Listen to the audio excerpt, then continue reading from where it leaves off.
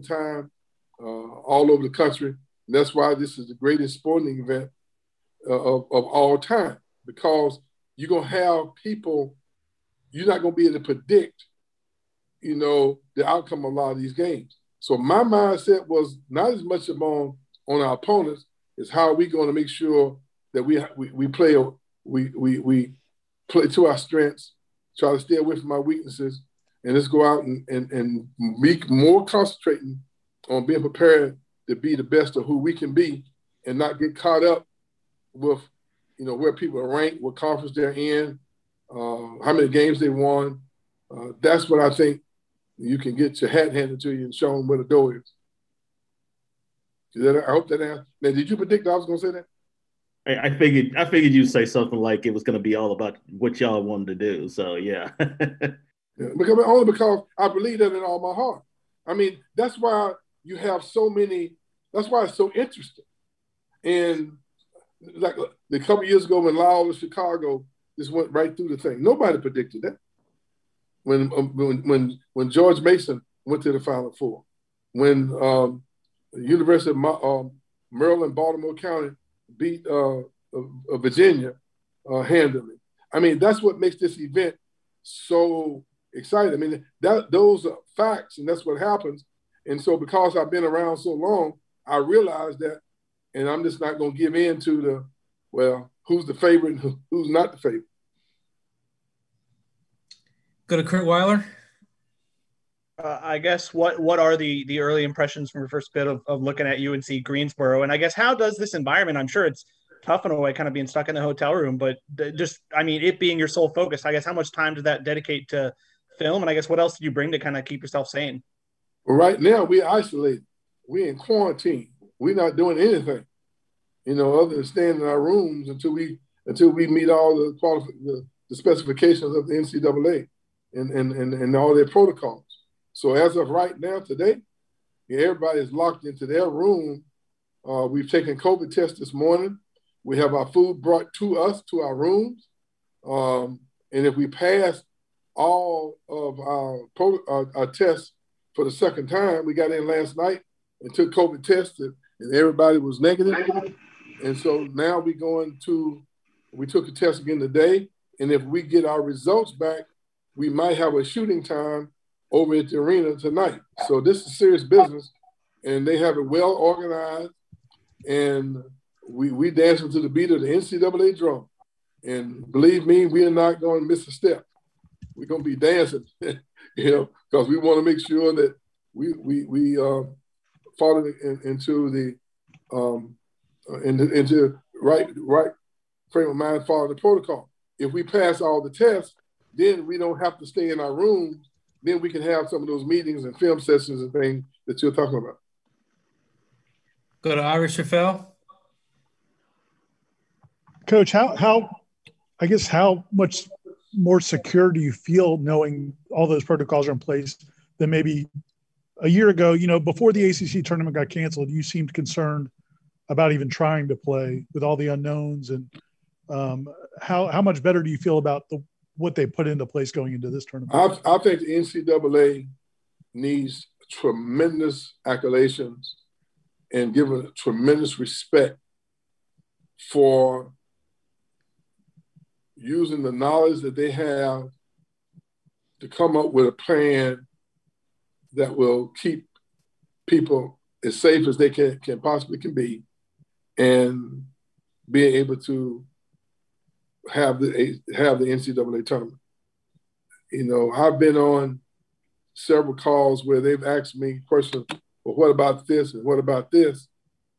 I mean, this is, when you're going through something for the first time, it's hard to get it exactly right.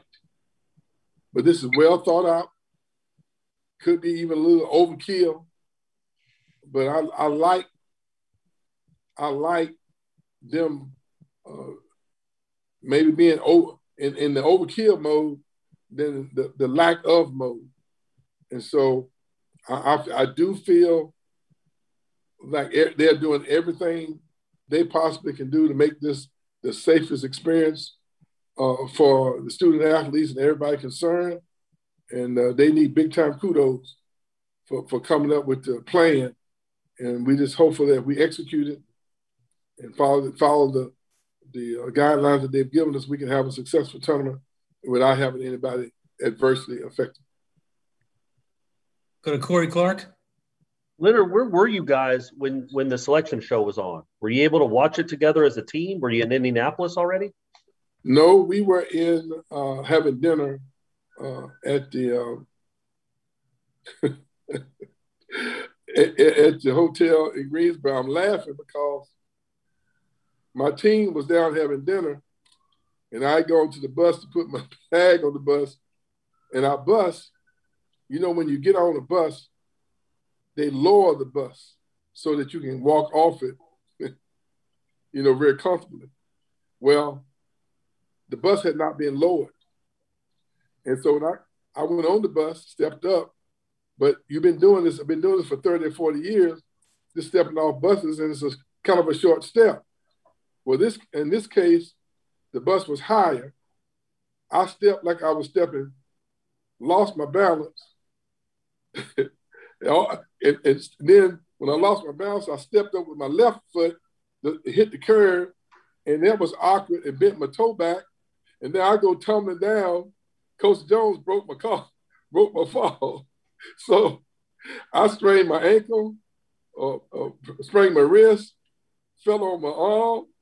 And while everybody else was in there enjoying the show, I'm out on the bus in pain, watching it on the bus TV by myself. So that was the way I watched it.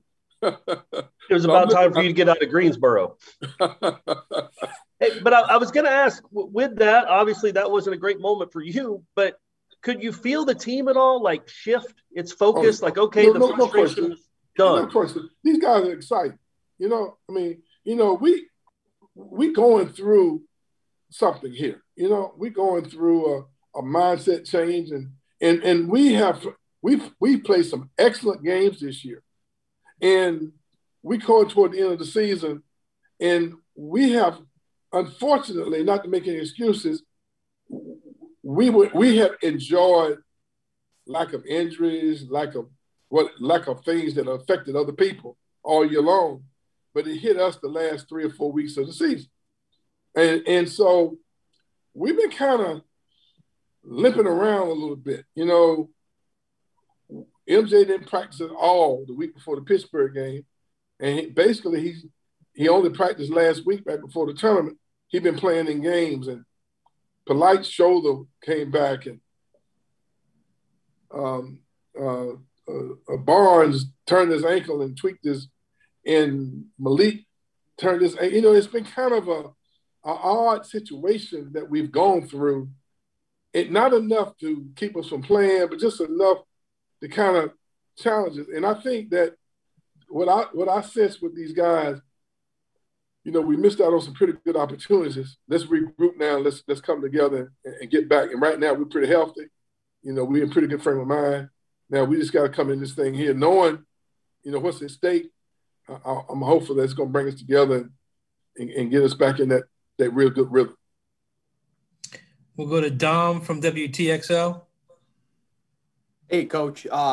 Just knowing that you guys are here now in Indiana, getting ready for the national tournament, when you started the season, just not knowing what this pandemic would throw at you guys, is there just a maybe overwhelming sense of relief even just to be here and getting ready for this opportunity? No doubt about that. But we've been fairly focused all year long, just with understanding, prepare yourself for the unexpected. That something could change and you couldn't overreact to it one way or the other. Sometimes the little knick-knack and injuries that every team has, and just about every player has, is somewhere along during the course of the season. You can't ever predict. It's hard to prepare for that. But there's no doubt that this has been a very interesting year, a year that I'm sure that when we go back at it, we're gonna have a sigh of relief that we were able to get through it. When you look around the country and see the seriousness of how this pandemic had affected our entire world, specifically our country, and then directly our basketball team and our conference. This has been a tremendous challenge for everybody to navigate through mentally and emotionally. But we feel very fortunate that we've been able to handle it, and it's not like maybe some of the things that unfortunately have happened to some other people. Go to Chris Nee. Hey, Leonard, I just wanted to ask about the Miller kid for Greensboro. What stands out about him? And he seems to be the motor that makes him go on both ends. Well, there's no doubt that he's a very clever, quick, confident guy. He's a mid-range nightmare, where he's able to break defenses down. Their system kind of fits who they are and what they're about.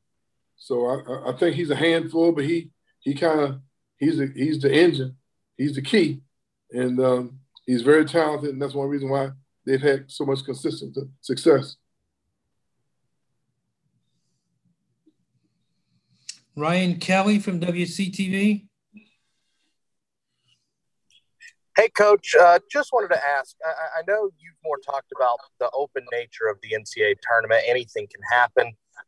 But with some of the struggles that you guys have gone through over the last couple of weeks, the injury buildup and stuff like that, is it almost a good thing to test your team a little mentally to go through some adversity right before the tournament? Well, it probably, but mindsets are very fragile. Confidence and culture, and I feel confident that we bounce back most of the time when we faltered. And I expect this team to come out like the house is on fire. I expect us to want to redeem ourselves and get back to having success. So I'm expecting our guys just to be into themselves, and we'll have a lot of communication here. We don't play till Saturday, so hopefully we'll be coaching them physically, but we'll be coaching them mentally and emotionally as well. And hopefully whatever we can draw from the pluses of the season and the losses of the season, we're going to try to bring it all into one focus for this tournament. Does Paul B. from the ACC have a question for Coach? Thank you, Chuck. Coach Hamilton, this is Paul. I don't have any questions. I just like to listen to you. But I want to ask you, why aren't you got a contract extension? Why isn't it a lifetime extension? And I'll let you go with that, man. Good luck, Leonard. Well, I hadn't thought about that. I know as much as I love every day of participating in basketball, I don't hunt, I don't fish. I don't care that much about traveling. I enjoy what I do. But I do have other interests. And I want to finish off this job and hopefully be able to say that we built it up to a certain level. I don't have any interest in retiring right now. I don't know if there's, but I might have some interest in doing some other things.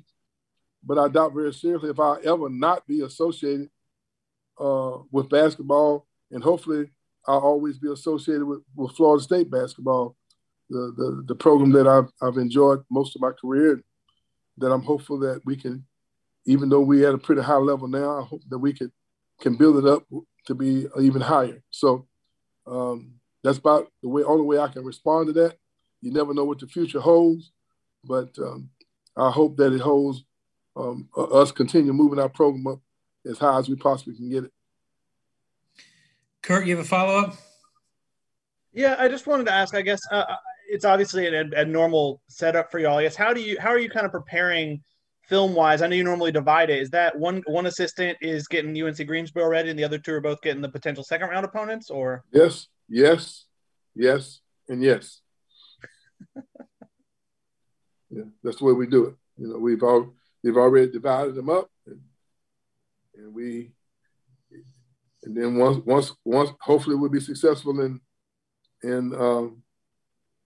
the first game, and someone will be already preparing for the next game, Then whoever doesn't have the other game, they'll be moving forward, preparing ourselves for the other games. Be like tag team WWF wrestling, where we just tag team and keep it moving. It is WW something. What is it? It's WWE now, but it used to be WWF. Oh, so I was right, huh? Hey, man, that's what I'm talking about. I grew up with Bolo, the masked Bolo.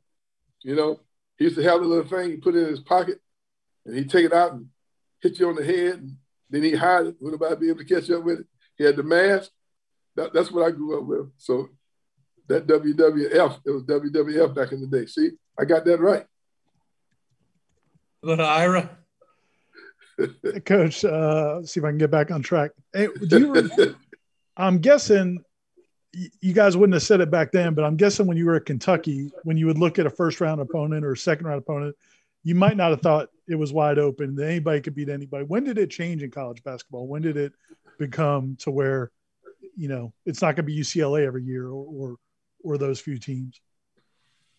Well, when I look back at it, you've always had those Cinderella teams, all the way back to Texas Western when they beat Kentucky.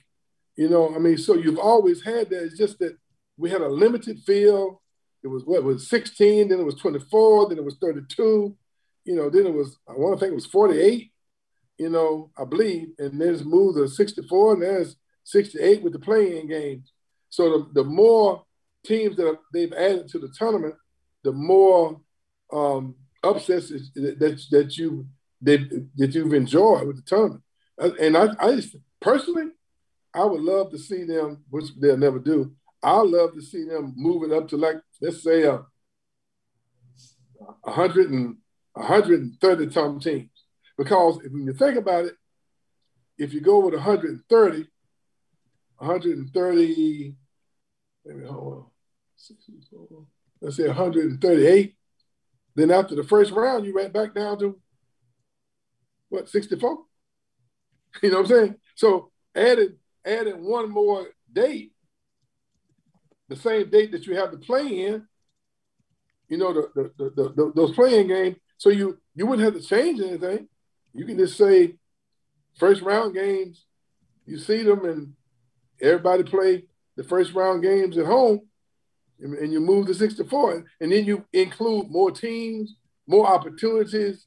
To me, I think that would be the greatest event ever, but that's Leonard Hamilton's philosophy. And the NCAA, they don't call me to ask me what they should do.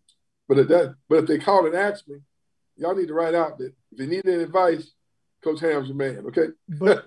But you're one of those programs that gets in every year now. That gives you another game you got to play. Yeah, but I think that would be great for the sport. I think it would be great. I think it would just be unbelievable, public relation. You probably make a little bit more money to help support some of the other, needs of the NCAA. And it would have 64 more teams have an opportunity, to go and participate. I think it would just be the greatest thing since sliced bread. I mean, I just think why not? I mean, what would be the reason not to? So that, I mean, it would make it bigger and better and have more opportunities. And you're already playing one day, you're already doing it. I mean, so instead of bringing in 4 teams or 8 teams or however many games they play, why not just include everybody else? But I'm sure there's a reason not to. I just haven't figured it out yet. Corey, you got a follow-up? Yeah, Leonard, I mean, there's a chance you're going to be away from home for a month. Literally, how much did you pack? What did you pack? What did your players pack for a trip like this? Well, I would say this. I bought 2 suitcases, and we're doing our laundry today. And I think I'm well prepared. That's one thing that the pandemic has done is eliminate all those suits and ties. So I don't like anything at all about the pandemic, but I want you to know I really love the casual clothes on the sideline. And I'm not real sure that that I'll be going back to my tailor. I don't know why we. I mean, it's so much more relaxing. You're more comfortable. You're up and down all the time, and I don't have to be trying to iron those shirts. Make sure you throw that in, okay? Any more questions for Coach? All right. Thanks, Coach. Thanks for your time.